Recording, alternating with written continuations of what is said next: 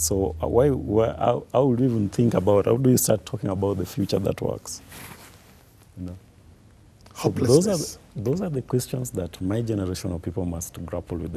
And they have to go beyond ethnicity. They have to go beyond regions. They have to go beyond all these facades, all these barriers, to begin having that. Because that's a commonality. Whether you are a young person in Homa Bay or in Elite-driven Kiambu. facades, basically, which is there to give it as some kind of an opium to people on the basis of ethnicity and the rest of them, to deflect them or divorce them from the real nuts and bolts of life. But people are now going hungry. So you think you can divorce them forever ad infinitum, or they will come back to the mainstream right now and begin questioning themselves and organizing themselves and saying that all these divides is very artificial and it's meant to basically keep us down forever. Can we now come together and reclaim our nation? Is that possible?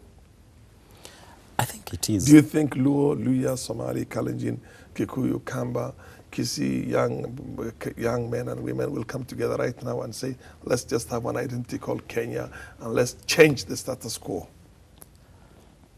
I think it's possible. Because they can do it. They have the numbers. They have the votes.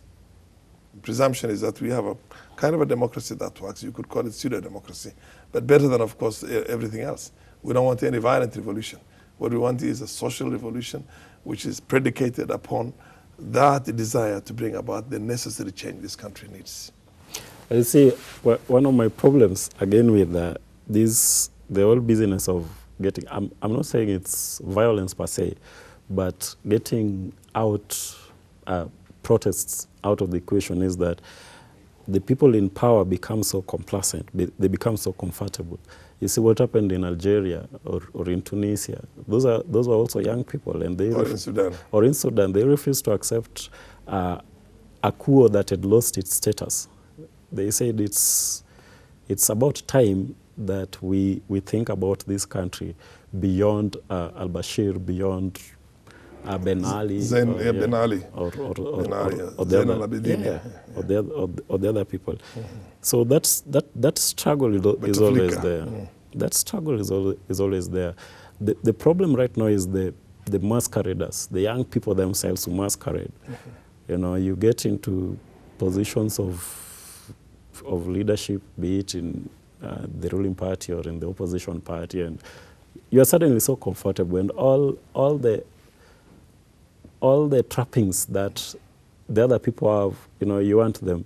You want them for yourself. You know, if it's the fuel guzzlers, if it's living in, leafy parts of Nairobi. Yeah, and the intellectual, the academia has not helped much. I remember I was having an exchange with one, and then his only pin down is that you live in a slum.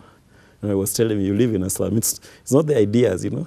So you see, young people, if you fear, then you say that, okay, the first order of business is to get out of the slum by any means necessary. So if it's fake money, you get there. If it's fake gold, you get there, you know.